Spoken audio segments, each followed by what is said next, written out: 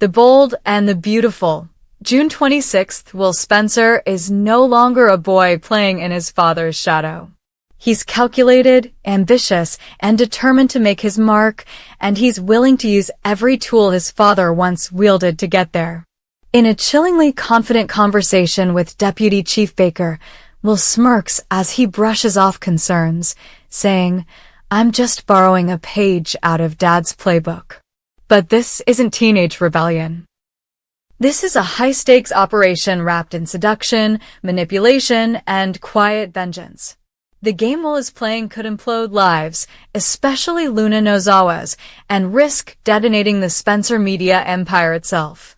The truth, which no one dares whisper out loud, is that Bill Spencer has known about Will's intentions from the beginning.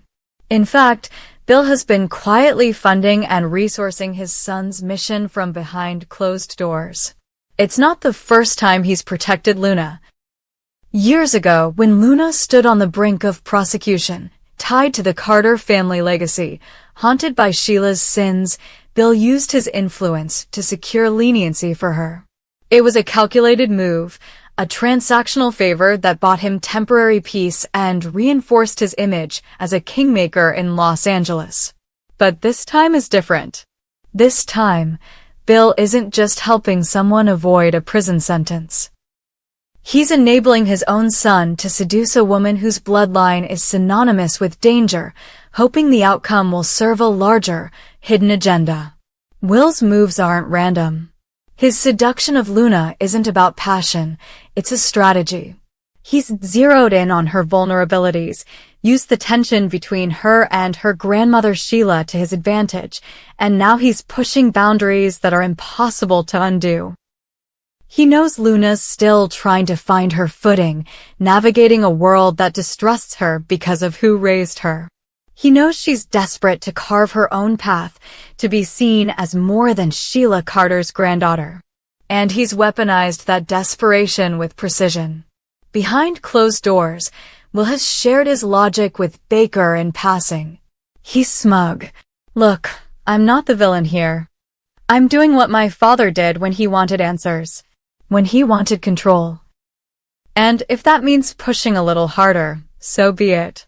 Baker, skeptical but not officially informed, can't prove anything. Not yet. But the tension in the air is undeniable. Meanwhile, Bill Spencer operates in the shadows. Publicly, he remains the composed, formidable titan of media, an empire builder who dismisses gossip and thrives on power plays. But privately, he's monitoring everything. He's reviewing messages between Will and Luna. He's tracking Luna's movements.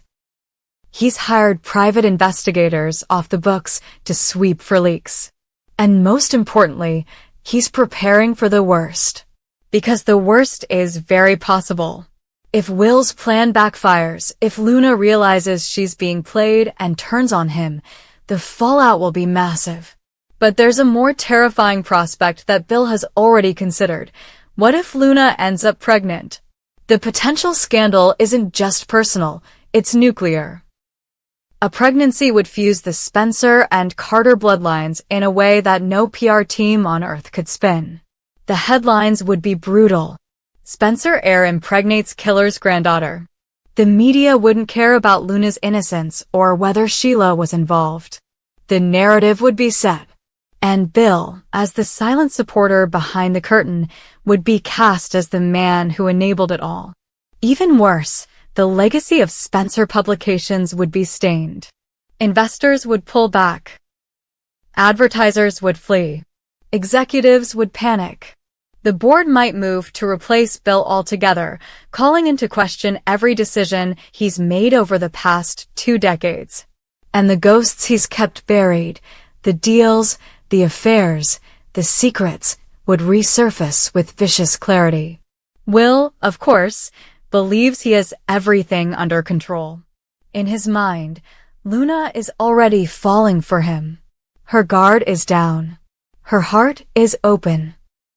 He's playing the long game, threading himself into her life slowly, patiently. And he genuinely believes that if things get out of hand, his father's reach will protect him. But what Will doesn't understand, not fully, is that Luna isn't as fragile as she looks. She's inherited more than her mother's resilience. Somewhere in her bones, there's a trace of Sheila's unpredictability. A strand of DNA that doesn't flinch when cornered.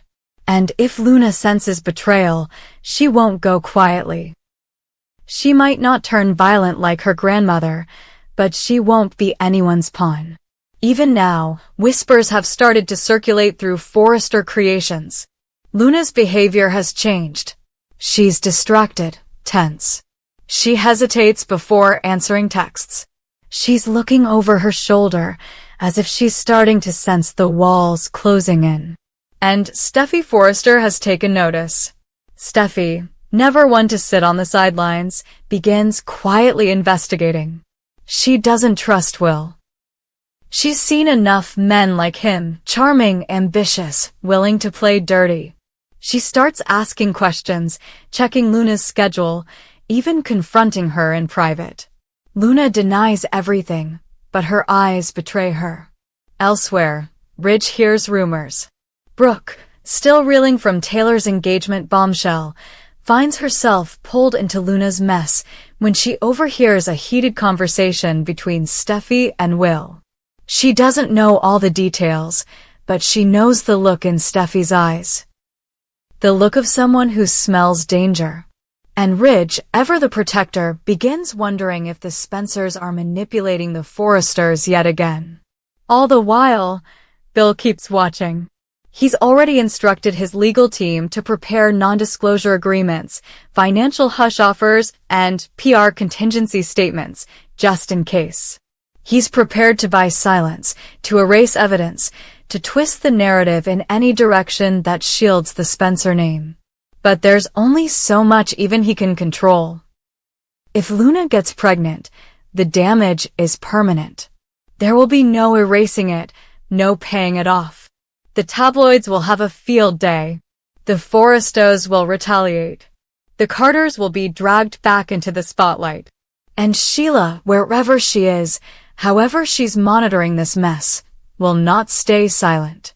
The thought of her granddaughter being manipulated and possibly abandoned by a Spencer man will push her past her limits. And once Sheila acts, no one is safe. Will, in his youthful arrogance, believes he's just doing what Dad would do. But what he fails to grasp is that Bill Spencer's survival was never about duplicating power moves. It was about knowing when to walk away. Knowing when the cost outweighed the prize. Will hasn't learned that yet. He's too wrapped in ego, too blinded by the thrill of the game. And Luna, heartbreak looming on the horizon, may become collateral damage.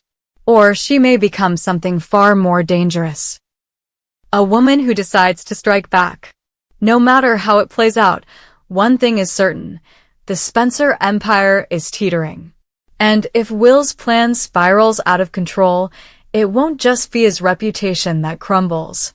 It will be his father's legacy, his family's fortune, and the future of the entire media dynasty. What started as a borrowed trick from the past may end up detonating everything they've built. And somewhere, watching it all unfold, Sheila Carter smiles, because the game isn't over. It's just beginning. Betrayal, passion, and the edge of deception on the Thurssday, June 26th episode of The Bold and the Beautiful. Secrets unravel, old passions flare, and dangerous liaisons take root, shaking the foundations of some of the show's most powerful families. The hour opens with a quiet, tense undercurrent, but by the end, the lives of Brooke Logan, Electra Forrester, Will Spencer, and Luna Nozawa are tangled in a web of heartbreak, betrayal, and calculated manipulation that no one saw coming. Nick Marone is back, and he isn't wasting time. Hiding behind the foliage at Il Giardino, Nick overhears a conversation not meant for his ears. Ridge Forrester and Taylor Hayes are caught up in a moment of unguarded intimacy. Taylor, strong and confident, proposes to Ridge with heartfelt clarity. The Forrester patriarch, clearly moved by Taylor's emotional courage, doesn't hesitate. He says yes. The words hang in the air like a shockwave, and Nick, jaw clenched, eyes wide, knows this changes everything. But he doesn't rush in. He bides his time, waiting for the moment that will cause the most emotional impact. And he knows exactly where to go. Meanwhile, back at the iconic Cliff House, Steffi Forrester and John Finnegan gather with Electra Forrester. They share a drink, making small talk, but the mood shifts dramatically when they glance at the large screen above the fireplace. Will Spencer and Luna Nozawa appear, seemingly out for an innocent lunch? But something is off. Electra stiffens in her seat, her wine glass trembling in her hand. Then it happens. Will leans forward. Luna meets him halfway.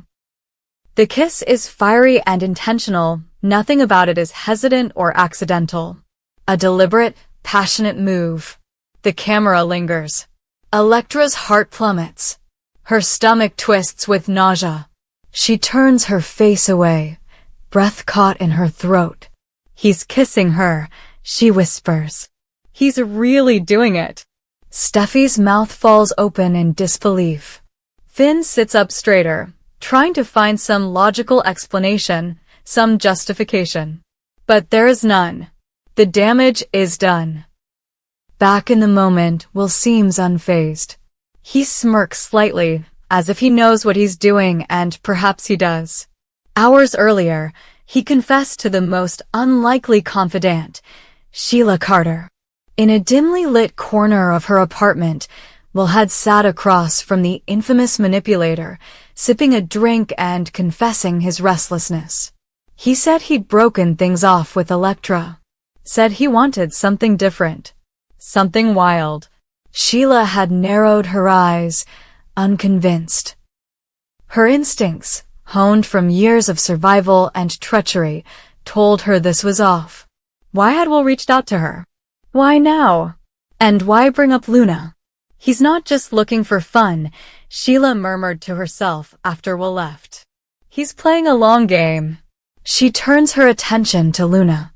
As Will becomes more enmeshed in Luna's life, Sheila senses a trap. She tries to warn her granddaughter, but Luna, caught between confusion and curiosity, can't yet see the full picture. Still, her instincts are prickling. Sheila's words echo in her head. When a Spencer wants something, they don't come empty-handed. Back at Forrester Creations, Brooke Logan arrives dressed to command the room. She's radiant, as always, but visibly tense. Something in her gut is off. And then, Nick walks in. She doesn't smile. She senses what's coming. Nick doesn't waste time. Taylor proposed to Ridge, he says, voice heavy with meaning. And he said yes. Brooke's breath hitches. She stares at Nick, willing him to take it back. He what? She asks, barely able to speak. He agreed, Brooke. Ridge accepted Taylor's proposal. She gave him a ring. There's a pause. The silence is suffocating. Brooke closes her eyes for a second too long. Her hands curl at her sides. Why are you telling me this? She asks. Nick softens just slightly. Because you need to know. You deserve to know. Across town, Ridge and Taylor are high on euphoria. They've returned to the Forrester estate, basking in their reunion. The years apart, the failed relationships, the betrayals, all forgotten in the haze of what feels like fate. They toast with champagne, wrapped in each other's arms. We were always meant to end up here, Taylor whispers, brushing his cheek with her fingertips. Ridge nods. He doesn't speak. But his face says everything. Peace, satisfaction, and the certainty of a man who thinks he's finally done the right thing. But nothing in Los Angeles stays quiet for long. Back at the Cliff House, Electra can't stop replaying the kiss in her head. She excuses herself from the room, slipping out onto the balcony, the wind biting at her skin. The ocean below roars like a reflection of her fury. Will had promised her stability, loyalty, and now he's throwing it away for Luna? Inside, Steffi and Finn try to make sense of it all. There's more going on here, Finn says. Will wouldn't just throw away Elektra for no reason. Unless he was trying to hurt her, Steffi replies coldly. At Spencer Publications, Bill Spencer gets wind of the scandal through a junior associate. He's furious. My son is playing games with Sheila Carter's granddaughter, he roars. Does he have a death wish? But Bill knows better than to go storming in without intel. He puts in a call to Justin Barber, demanding a full report. Track him. I want to know every move he's making, who he's texting, who he's with. And keep an eye on Sheila. If she even thinks of interfering, I want to be ready. Back at Forrester Creations, Brooke sits down. She isn't crying, but her voice is like ice. He didn't even talk to me, she tells Nick. Not a word. After everything. Nick nods. You deserve better. Brooke looks at him, eyes fierce. I always do. As the episode nears its end, Luna walks into Sheila's apartment. I kissed Will, she admits quietly. Sheila looks up sharply. I know. You know. I know everything, baby. And I know this, he's using you. Luna's eyes widen. Why would he do that? Because someone's pulling his strings. And we need to find out who. But what Luna doesn't say is that part of her enjoyed the kiss. Part of her wanted more. As the final shot fades to black, a new text buzzes on Luna's phone. It's from Will. Round 2 tonight? You know you want to. She stares at it. The line between attraction and danger has officially disappeared. And so the world of the bold and the beautiful tightens its grip once again. With betrayals erupting like landmines and secrets leaking faster than anyone can contain them, the summer in Los Angeles is shaping up to be explosive. The battle lines are drawn, hearts are at stake, and no one, not Brooke, not Elektra, not even Sheila, is safe. Tomorrow, the fallout begins.